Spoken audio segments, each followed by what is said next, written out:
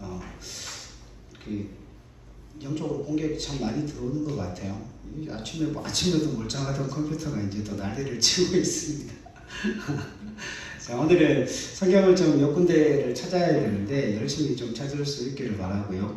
여러분, 한 가지 좀 질문을 드릴게요. 보세요. 우리의 삶 속에 하나님께서 믿음을 주셨다라고 하는 건 무슨 의미를 가지고 있을까요? 특별히 두 가지 의미를 가지고 있어요. 하나님은 우리에게 믿음을 주셨다는 건 우리의 운명이 사망에서 어디로 바뀌었다는 거예요. 사망과 멸망과 저주의 자리에서 생명과 회복과 영생의 자리로 바뀌었다는 거예요. 그거는 우리의 운명이 바뀌었다는 겁니다. 그러니까 우리가 나중에 하나님 나라에 가면 우리가 어디에 있을 거라고요? 지옥에 있을 겁니까? 아니면 하나님과 함께 있을 겁니까? 하나님과 함께 있다는 이야기죠. 자, 그런데 지금 하는 이야기가 굉장히 중요해요. 우리가 죽어서 가는 천국이 되어질 수도 있고, 우리가 살아있는 동안에 하나님이 우리 주님 다시 오시면 주님 재림을 보고 주님께로 주님과 함께 왕노릇하게 되겠지만, 중요한 건 이겁니다. 우리의 운명이 하나님과 함께, 우리 주님과 함께 온 땅을 다스리는, 다시 말하면 천국에서 하나님과 영원히 사는 그 영생의 길이 우리 가운데 운명으로 주어졌다면, 그 운명으로 주어진 삶을 통하여서 하나님께서 뭘 바꾸어 가실까요?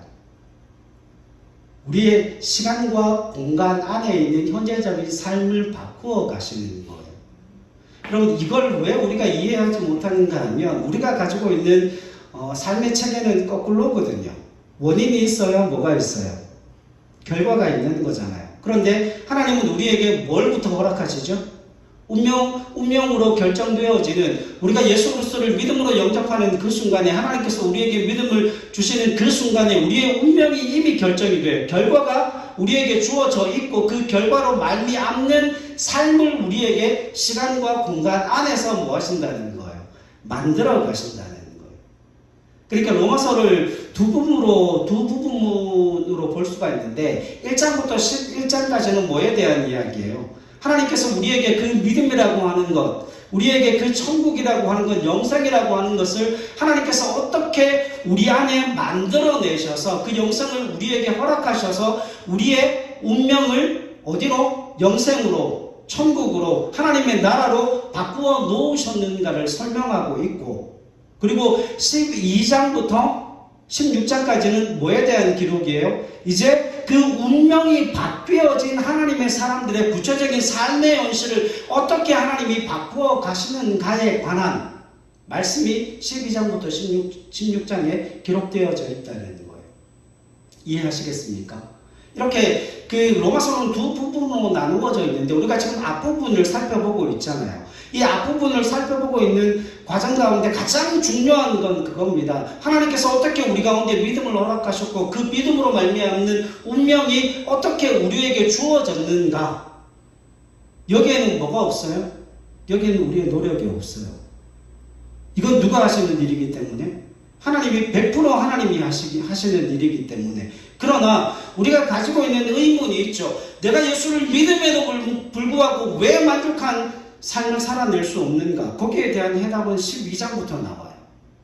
그러니까 뭐가 우리 가운데 이해가 되어야 오늘 우리가 살아가는 이 현실적인 삶이 이해가 되어지는가 하면, 하나님이 나를 구원하여 주셨다, 나를 천국으로 옮겨주셨다, 내가 생명의 길로, 영생의 길로 이제 그 발을 들여놓게 되었다, 하나님으로 말미암는 그 운명이 내게 천국을 이루어 주었고 하나님의 나라라고 하는 그 은혜를 내가 소유하게 된 하나님의 사람이 되었다라고 할 때, 그러면 내 삶이 어떻게 바뀌어지게 될 것인가? 거기에 대한 답을 성경이 우리에게 제시해 주고 있다는 거예요. 그래서 오늘은 그 믿음에 관한 부분에 대해서 우리 잠시 말씀을 살펴볼 텐데, 우리가 한 가지 좀 안심을 해도 되는 이유가 있습니다. 여러분, 우리가 믿음과 신앙을 가지고 있지만 만족할 만큼 그렇게 내 믿음과 신앙이 변화되어지지 않는 모습을 봐요. 그럼에도 불구하고 안심하셔도 됩니다. 내가 구원받은 하나님의 사람이라면 그 주님을 내가 나의 주 나의 하나님으로 고백하고 있는 그 믿음과 신앙이 있다면 전혀 걱정 안 하셔도 됩니다. 오늘 말씀을 듣고 나면 이해가 되실 거예요. 자, 이 로마서에서 이 사도 바울이 이야기하고 싶어 하는 바가 있어요. 1장부터 3장 20절 말씀까지 사도 바울이 하고 싶은 바가 이겁니다. 모든 인류가 하나님과 맞서고 불순종하여서 어디로 간다는 거예요? 멸망의 자리로 가는데 그 멸망의 자리로 갈 때 어떻게 갑니까? 하나님께서 밀어 넣어서 갑니까? 아니면 스스로 자초한 죄의 결과로 말미암아 그리 갑니까? 스스로 그 길을 자초하는 거예요. 그죠? 하나님은 생명의 길을 열어놓으셨고 은혜의 길을 열어놓으셨고 영생의 길을 열어놓으셨음에도 불구하고 그 에덴 동산 안에서 어떤 일이 벌어졌죠? 인간이 스스로 죄악을 범함으로 말미암아 자초한 결과로 사망이 주어지게 되었다라고 하는 거죠. 그 이후로 모두가 죄를 짓고 있고 하나님을 찾는 자도 없고 혹 하나님을 찾는 자가 있다 할지라도 하나님께 합당한 영광을 돌리는 사람이 있어요, 없어요? 없습니다. 한 사람이라도 있어요, 없어요? 한 사람도 없다는 거예요.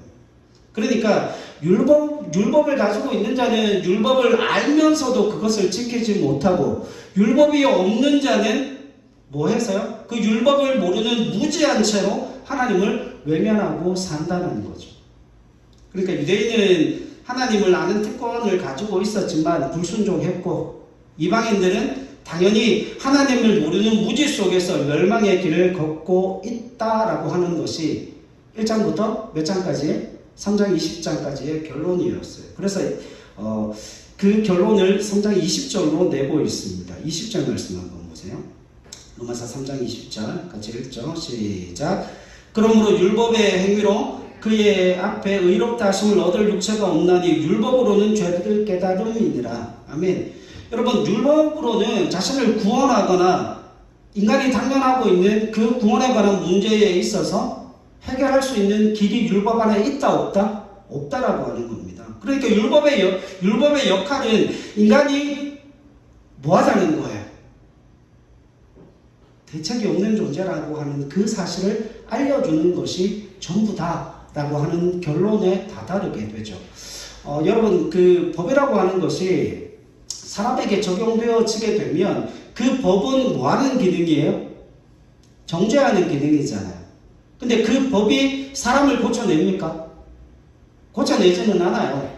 그 법이라고 하는 것은 네가 잘못했다, 네가 바른 길로 가고 있지 않다, 그것만 알려주는 것이지 그 법 자체가 사람을 살리고 사람을 회복시키는 역할을 하지는 못한다라고 하는 거죠. 근데 여기서 단 한 사람도 도망갈 수 없고 단 한 사람도 변명할 수 없다라고 하는 것이 성경의 선언이다라고 말씀하고 있습니다. 자, 그런데 3장 21절, 이게 기독교 2000년 역사에 있어서 가장 중요한 문장이 아닌가 생각이 되어집니다. 21절 같이 한번 읽을게요. 시작.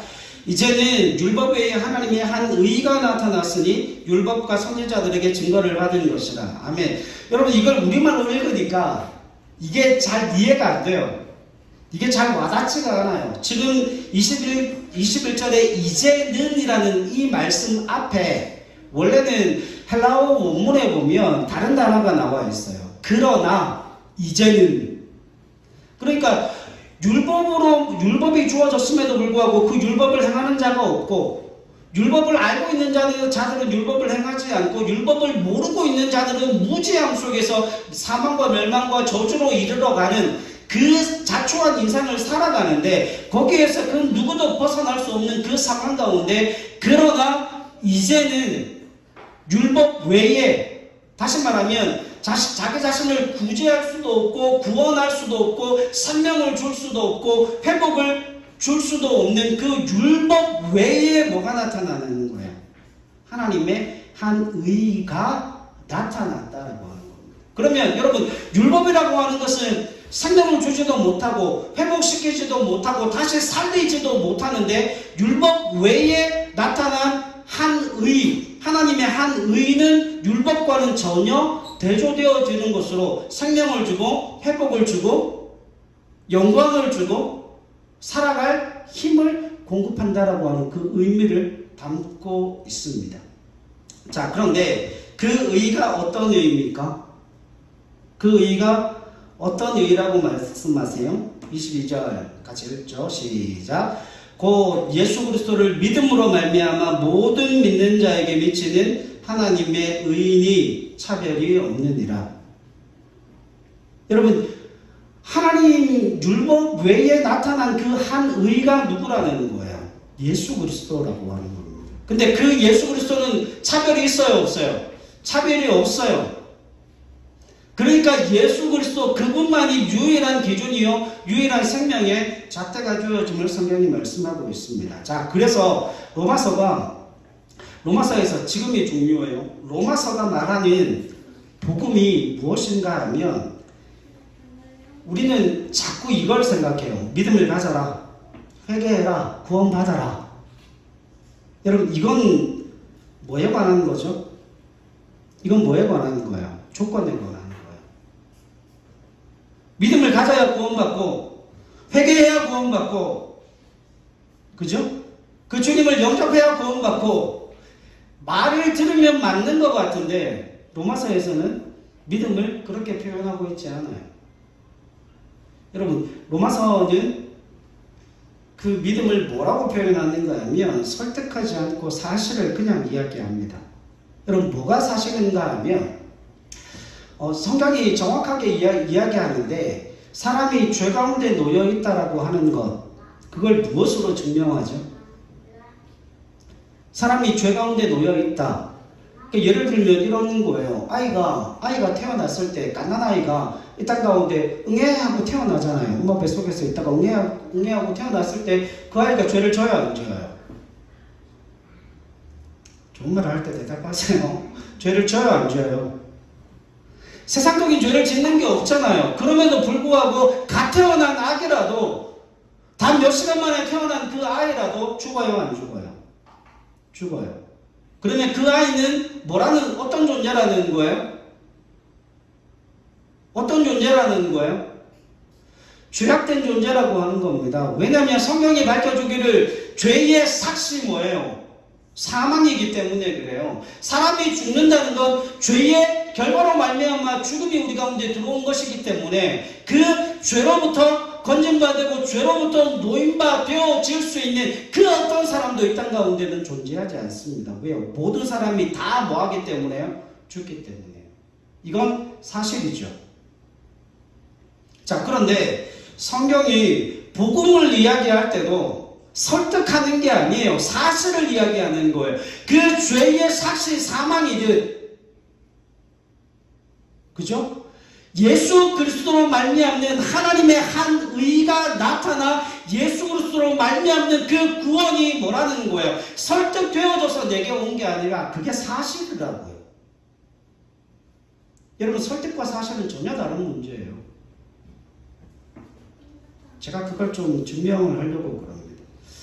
여러분, 우리는 믿음이라고 하는 말을 조건으로 사용할 때가 너무 많아요.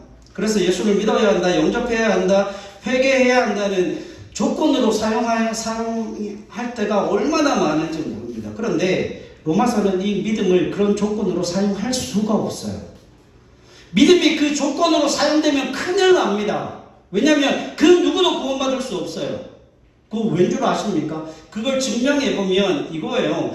여러분, 믿음이라고 하는 것이 조건으로 주어지게 되면 그 조건에 뭐 해야 됩니까?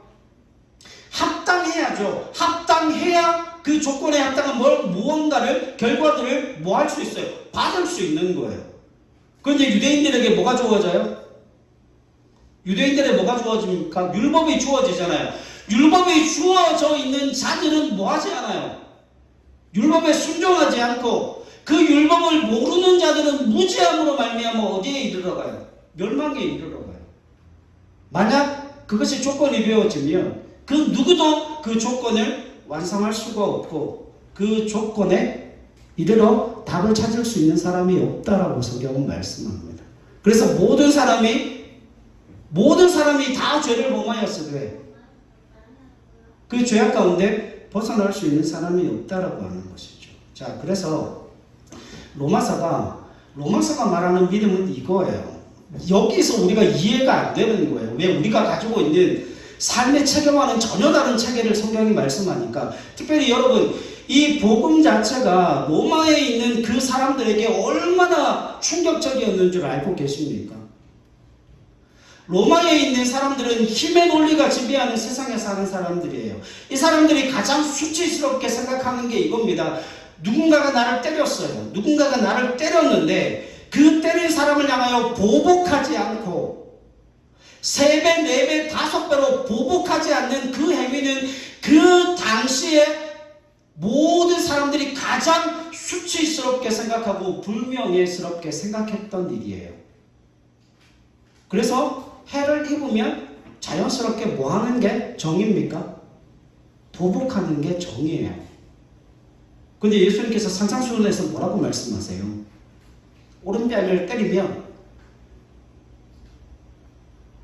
왼뺨도 돌려대라는 거죠. 그 시대의 사람들이 그 이야기를 들었을 때 그건 예수님을 어떻게 생각했겠습니까? 아, 저 사람은 굉장히 수치스러운 사람이다. 저 사람은 정의를 지키지 않는 사람이다. 그 시대의 논리와는 전혀 다른 방향으로, 논리와 그 시대의 논리 방식으로는 이해할 수 없는 그 신앙체계, 그 사고체계를 주님께서 요구하고 있으니까 그 사람들이 그걸 이해할 수가 없는 거예요. 그래서 그 대부분의 사람들이 이해할 수 없는 그 모든 것들을 극소수의 제자들만이 뭐하게 될 것을 말씀하세요? 지키고 따르고 하나님의 나라를 살아내게 될 것을 말씀하고 계시잖아요. 마찬가지입니다. 여러분, 로마서가 말하는 믿음은 이런 거예요. 우리로서는 뭐 할 수 없어요. 어떻게 할 수 없고 아무런 해결책도 없고 아무런 길도 없고 아무런 답도 제시할 수 없는 바로 그와 같은 삶 속에 하나님이 길을 내시고 답을 내시는 게 뭐예요? 믿음이에요. 근데 여기서 중요한 건 그겁니다. 누가 길을 내시고 누가 답을 내신다고요? 하나님이 길을 내시고 하나님이 답을 내시는 게 믿음이라고 이야기를 해요. 그래서 그 로마에 있는 사람들이 이해하지 못하는 게 그거였어요. 왜 우리가 해야지? 왜 우리가 노력하고 우리가 최선을 다해서 그 구원의 길을 찾고 우리가 열심과 능력을 다해서 우리가 할 수 있는 모든 것을 다 동원해서 돈을 들이고 힘을 내고 용기를 내서 그 모든 것들을 다 얻어야 할 텐데 사람이 할 수 있는 일이 없다는 거예요.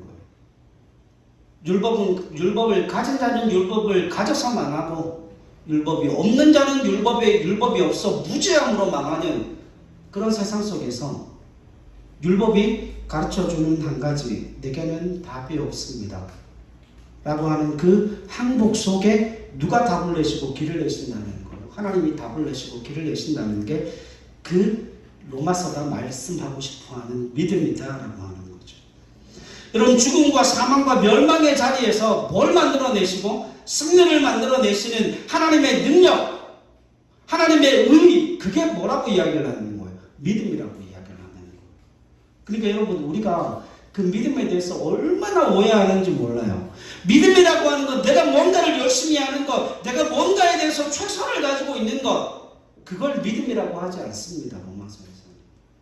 로마서에서 말씀하는 믿음은 우리가 땅바닥에 주저앉아 있고 답을 낼 수 없어서, 답을 찾을 수가 없어서, 길을 찾을 수가 없어서 땅을 뚫고 들어가는 그 절망과 좌절과 낙심의 연장 가운데 하나님이 답을 내시고 하나님이 길을 내셔서 어떤 역사가 일어나는 거예요? 승리의 역사가 일어나고 회복과 생명의 역사가 일어나는 것을 믿음이다라고, 그것이 하나님의 의다라고 이야기를 하십니다. 그리고 그 하나님의 믿음과 의는 뭐가 없다고요?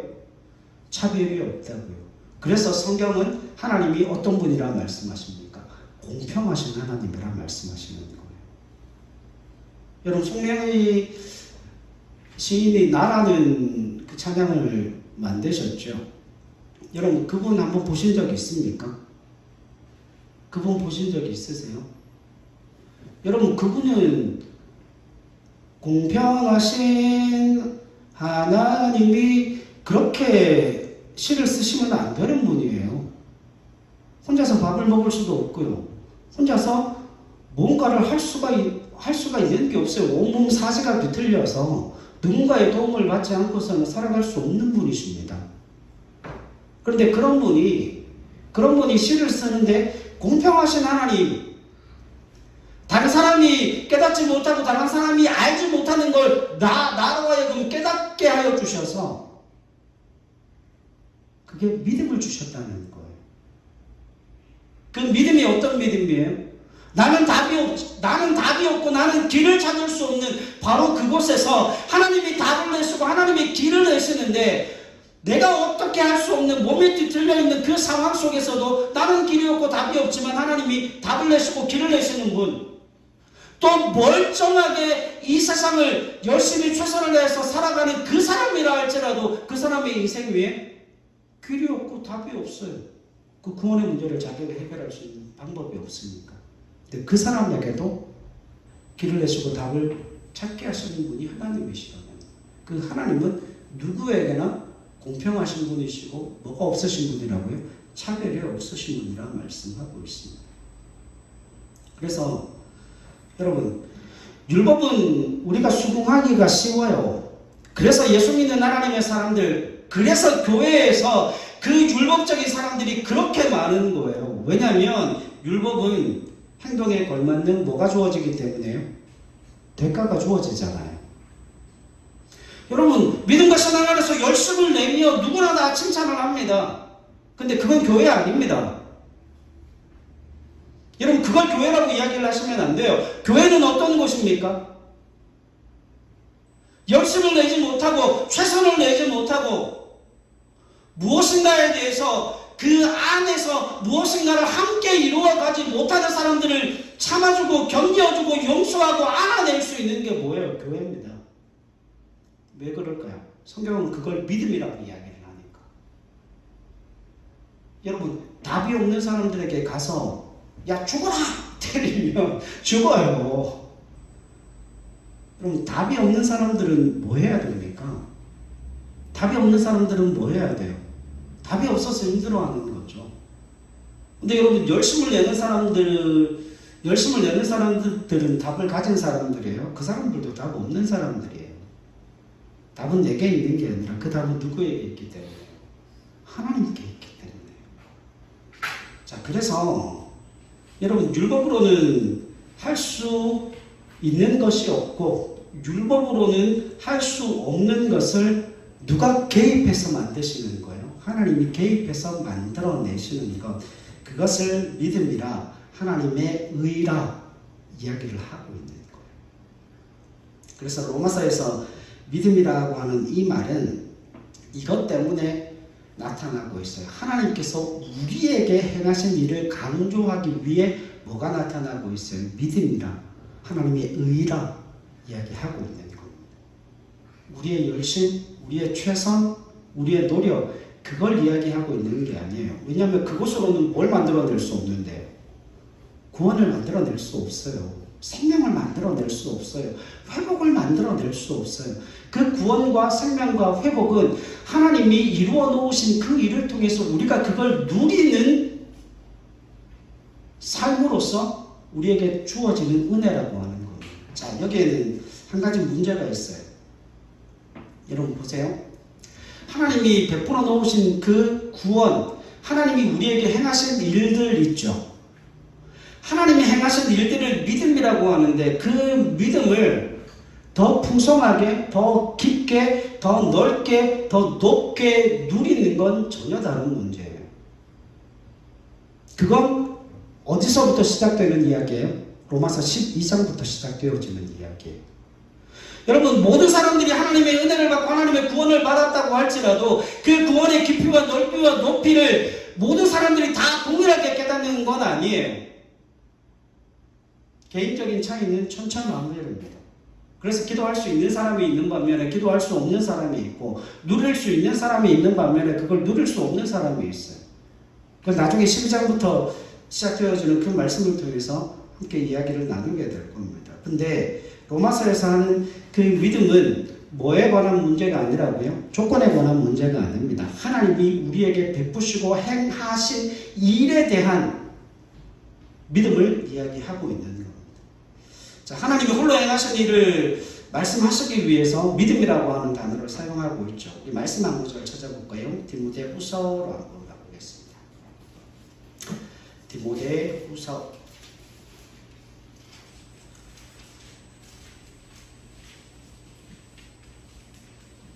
1장 7절로 12절 343페이지에 있습니다. 디모데후서 1장 7절로 12절 시작. 하나님이 우리에게 주신 것은 두려워하는 마음이 아니요 오직 능력과 사랑과 절제하는 마음이니 그러므로 너는 내가 우리 주를 증언함과 또는 주를 위하여 갇힌 자 된 나를 부끄러워하지 말고 오직 하나님의 능력을 따라 복음과 함께 고난을 받으라. 하나님이 우리를 구원하사 거룩하신 소명으로 부르심은 우리의 행위대로 하심이 아니요 오직 자기의 뜻과 영원 전부터 그리스도 예수 안에서 우리에게 주신 은혜대로 하심이라. 이제는 우리 구주 그리스도 예수의 나타나심으로 말미암아 나타났으니 그는 사망을 패하시고 복음으로써 생명과 썩지 아니하실 것을 드러내신지라. 내가 이 복음을 위하여 선포자와 사도와 교사로 세우심을 입었노라. 이로 말미암아 내가 또 이 고난을 받되 부끄러워하지 아니함은 내가 믿는 자를 내가 알고 또한 내가 의탁한 것을 그날까지 그가 능히 지키실 줄을 확신함이라. 아멘. 여러분 9절 보세요. 하나님이 우리를 구원하사 거룩하신 소명으로 부르심은 누구의 행위대로 하심이 아니에요. 그죠? 우리의 행위대로 하심이 아니에요. 오직 자기의 뜻과 영원 전부터 그리스도 예수 안에서 우리에게 주신 은혜대로 하심이라. 이게 뭐라는 거예요? 믿음이라는 거예요. 이해하시겠습니까? 여러분 하나님께서 우리에게 주신 것은 우리의 행위에 대한 보상으로 주신 것이 아닙니다. 우리가 그 행위에 대한 보상으로 구원을 받은 게 아니다라고 분명하게 말씀하고 있어요. 우리의 요구에 하나님이 반응하신 것도 아니고 우리 행위대로 우리를 구원하고 안 하고 그걸 결정하시지도 않았다라고 말씀합니다. 오직 하나님의 뜻과 그리스도 예수 안에서 주신 은혜로 말미암은 것이라 말씀하고 있어요. 자, 구원은 결국 누구에게 누구의 뜻, 누구의 목적? 네, 하나님이 이유이고 하나님이 원인이고 하나님이 목적이고 그 방법도 하나님이 정하셨고 그 이루시는 능력도 하나님에게서 나온다라고 말씀하고 있어요. 그게 뭐라는 거야? 그게 믿음이라고 하는 거예요. 나중에 여기에 심도 있게 말씀을 드릴 것이지만 여러분 우리는 마땅히 믿음을 지켜야 하고 순종해야 하지만 이것이 뭐가 되어지지는 않아요? 조건이나 원인이 되어지지는 않습니다. 여러분 우리에게 자격이 있거나 우리가 이해해서 합의해야 구원이라고 하는 그 결과가 생기는 게 아니에요. 하나님의 은혜로 주어지는 겁니다. 차별이 없는 하나님의 의로 말미암아 우리에게 주어지는 거예요. 여러분 하나님께서 이 일을 이루어 놓으셨다는 사실이 먼저고 이 사실의 기초에서 나중에 우리가 뭐 하게 되는 거예요? 그것을 이해하게 되어지는 게 구원이다라고 말씀하는 겁니다. 자, 여러분, 우리가 믿지 않으면, 잘 들으세요. 우리가 믿지 않으면 예수님이 오신 것이 무효가 되고 그냥 없었던 일이 헛것이 되어지는 거예요. 내가 믿지 않으면. 여러분, 그런 일은 없잖아요. 그죠? 그러니까 여러분 이걸 잘 이해를 하셔야 돼요. 믿는다라고 하는 건 능동태가 아니고 언제나 수동태입니다. 믿어지는 겁니다. 믿는다는 건 그냥 내가 하는 능동태로 믿는다는 게 아니고 믿어지는 거예요. 믿어지고 난 이후에 그걸 누리는 부분에 있어서 그 하나님께서 우리에게 허락하신 하나님의 의, 그 구원의 기쁨과 감격과 즐거움을 누리고 맛보고 경험하는 그 부분에 있어서 얼마나 넓어지게 될 것인가, 얼마나 깊어지게 될 것인가, 거기에 관한 문제 속에 뭐가 들어가는 거예요? 우리의 능동태가 거기에 들어간다는 거죠. 얼마나 갈망하는가, 얼마나 소망하는가, 얼마나 기대하는가, 얼마나 두근거림으로 사는가. 그게 길이와 넓이와 높이를 가늠하게 되고 그 크기를 규정짓는 것이 되어진다. 성경은 말씀합니다. 여러분, 우리가 믿지 않으면 예수님이 오신 것이 무효가 되고 헛것이 되는 것이 아니다라고 성경은 분명하게 말씀을 해요. 나중에 집에 가시거든 사도행전 17장 24절로 31절 말씀을 꼭 한번 읽어보세요.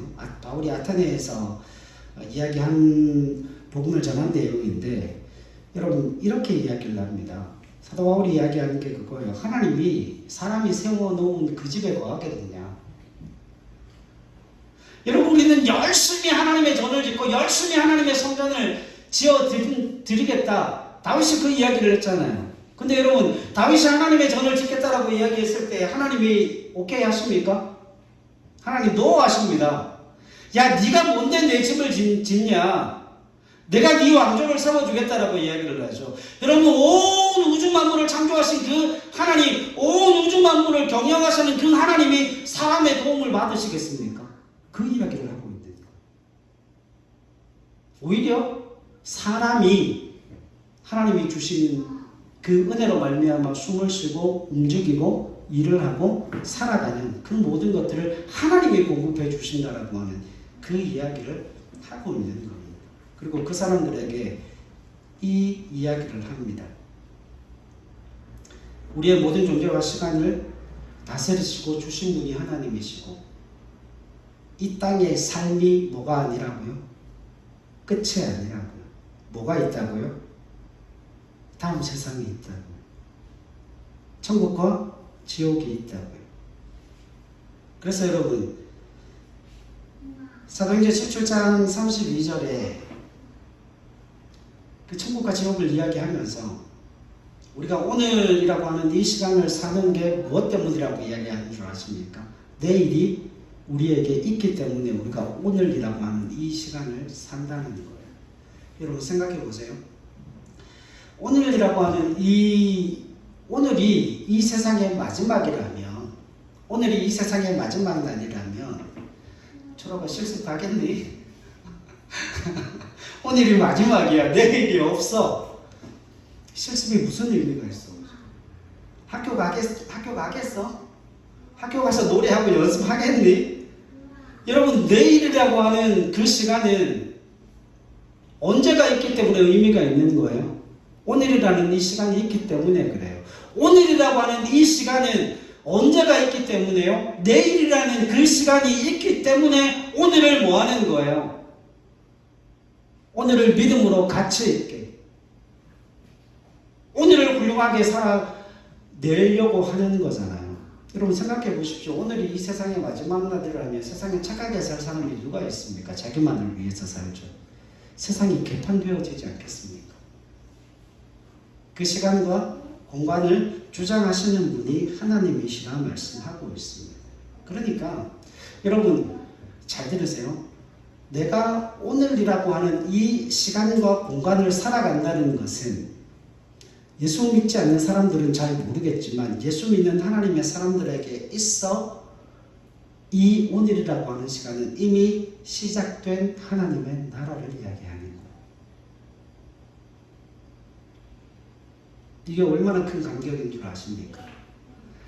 오늘이라고 하는 이 시간은 이미 시작된 하나님의 나라다. 이걸 꽉 붙들고 계셔야 여기에 뭐가 나타납니까? 하나님의 복이 주어져요. 말씀 한 구절만 보고 마치겠습니다. 우리가 잘 아는 구절입니다. 여러분 베개는 어떤 팔로 베야 돼요? 네, 베개는 이 팔로 베야 돼요. 창세기 28장.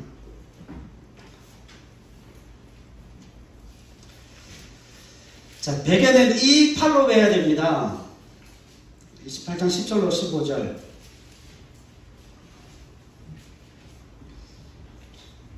10절로 15절 시작. 야곱이 부엘세바에서 떠나 하란으로 향하여 가더니 한 곳에 이르러는 해가 진지라. 거기서 유숙하려고 그곳에 한 노를 가져다가 베개로 삼고 거기 누워 자더니 꿈에 본즉 사닥다리가 땅 위에 서 있는데 그 꼭대기가 하늘에 닿았고, 또 본즉 하나님의 사자들이 그 위에서 오르락내리락 하고, 또 본즉 여호와께서 그 위에 서서 이르시되 나는 여호와니 너의 조부 아브라함의 하나님이요 이삭의 하나님이라. 내가 누워있는 땅을 내가 너와 내 자손에게 주리니 내 자손이 땅의 티끌같이 되어 내가 서쪽과 동쪽과 북쪽과 남쪽으로 퍼져나갈지며 땅의 모든 족속이 너와 내 자손으로 말미암아 복을 받으리라. 내가 너와 함께 있어 내가 어디로 가든지 너를 지키며 너를 이끌어 이 땅으로 돌아오게 할지라. 내가 내게 허락한 것을 다 이루기까지 너를 떠나지 아니하리라 하신지라. 아멘. 여러분, 야곱이 아버지와 형을 속이고 장자의 권리를 빼앗고 사기를 쳐서 아버지로부터 축복을 받아낸 뒤에 형의 미움을 사서 어디를 갑니까? 바단 아람으로 도망가는 그 길에서 하나님을 만나고 하나님께서 야곱에게 주신 은혜입니다. 여러분 적으세요. 이게 좀 화나지 않습니까? 이게 좀 막 속이 뒤집어지지 않으세요? 근데 이게 얼마나 감사한 이야기인 줄 아십니까? 오늘이라고 하는 이 시간이 이미 시작된 하나님의 나라라고 하는 것은 하나님이 우리에게 뭘 주셨다는 거예요? 복음을 주셨다는 거예요. 구원을 주셨다는 거예요. 믿음을 주셨다는 겁니다. 그런데 그 믿음을 주셨다라고 하는 것이 하나도 자랑스러울 것이 없고 하나도 복받을 이유가 없는 그 자리에 야만 노조하여 노숙하던 자리에 하나님이 찾아오십니다. 여기에서 하나님은 누구를 축복하세요? 야곱을 축복하십니다. 여러분, 하나님이 베푸신 그 야곱에게 있어 야곱에게 주셨던 그 축복은 원인과 이유를 야곱에게서 찾을 수 있어요? 없어요? 야곱에게서 찾을 수 없잖아요. 근데 왜 하나님은 그 야곱에게 축복하셨을까요? 야곱이 어디에 있었기 때문에요? 야곱이 하나님의 나라에 있었기 때문입니다. 여러분, 에서가 아니고 왜 야곱이에요? 여러분, 그 장자권을 누가 뺏겼습니까? 에서가 뺏겼잖아요. 야곱에게 속은 사람이 누구예요? 에서 아닙니까? 그러면 하나님이 에서를 축복하셔야죠. 왜 야곱입니까? 왜 야곱이에요? 야곱이 하나님의 나라에 있었어요. 그가 사기꾼이던, 그가 아버지를 속였던, 그가 형을 속였던, 그가 자신의 힘과 노력을 의지하여 하나님의 천사를 이겨보려고 얼마나 아둥바둥 노력하며 살았던 사람입니까? 다른 사람의 등을 쳐먹고 사기를 쳐서 얼마나 부자가 되려고 했던 사람이에요. 그럼에도 불구하고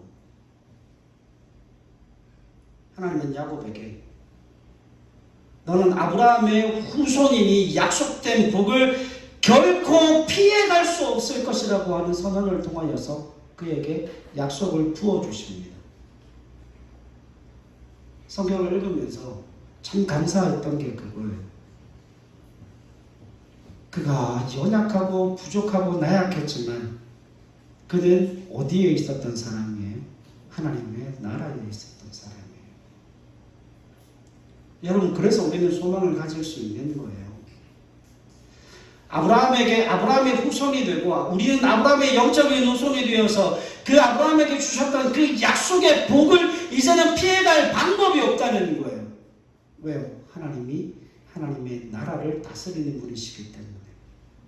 우리는 이미 복음으로 말미암아 믿음으로 말미암아 구원을 받은 하나님의 나라를 사는 하나님의 사람이기 때문에 우리의 부족함과 연약함과 나약함 속에서도 하나님의 복을 피해갈 방법은 전무하다는 사실을 성경이 우리에게 보여줘요. 여러분, 로마서 3장 21절로 22절에서 여기서 말하는 믿음은 뭡니까? 하나님의 신실하심이에요. 우리의 믿음이 아니고 하나님의 신실하심, 하나님의 사랑, 하나님의 자비, 하나님의 공감, 그게 뭐라는 거예요? 믿음이다 라고 말씀을 합니다. 사랑하는 여러분, 그 하나님을 믿으시기 바랍니다. 여러분 자신의 열심이 아니라 여러분 자신의 최선이 아니라 그 하나님의 신실하심을 믿으실 수 있기를 바랍니다. 하나님의 능력을 믿으시기를 바랍니다. 자비와 복을 주시는 거룩하신 그 하나님을 믿음으로 순종과 충성으로 복된 삶을 살기로 다짐하는 저와 여러분들이 되실 수 있기를 바랍니다. 그래서 여러분, 이번 한 주간 기도하실 때 반드시 빼먹지 말고 기도하세요. 나는 이미 시작된 하나님의 나라에 사는 하나님의 사람이다. 하나님의 복이 나를 피해갈 수 없고 아브라함에게 주셨던 그 약속의 은혜, 그 약속의 복이 나를 피해갈 그 어떤 방법도 없다. 그리고 결국 우리에게 회복과 구원과 생명과 그 영생을 우리에게 허락하실 분은 하나님이시라고 하는 것. 하나님의 신실함. 그것이 로마서가 말하고 싶어하는 믿음이다라고 하는 거예요. 그래서 여러분 그 믿음을 소유하시는 저와 여러분들이 되실 수 있기를 바랍니다. 기도하겠습니다.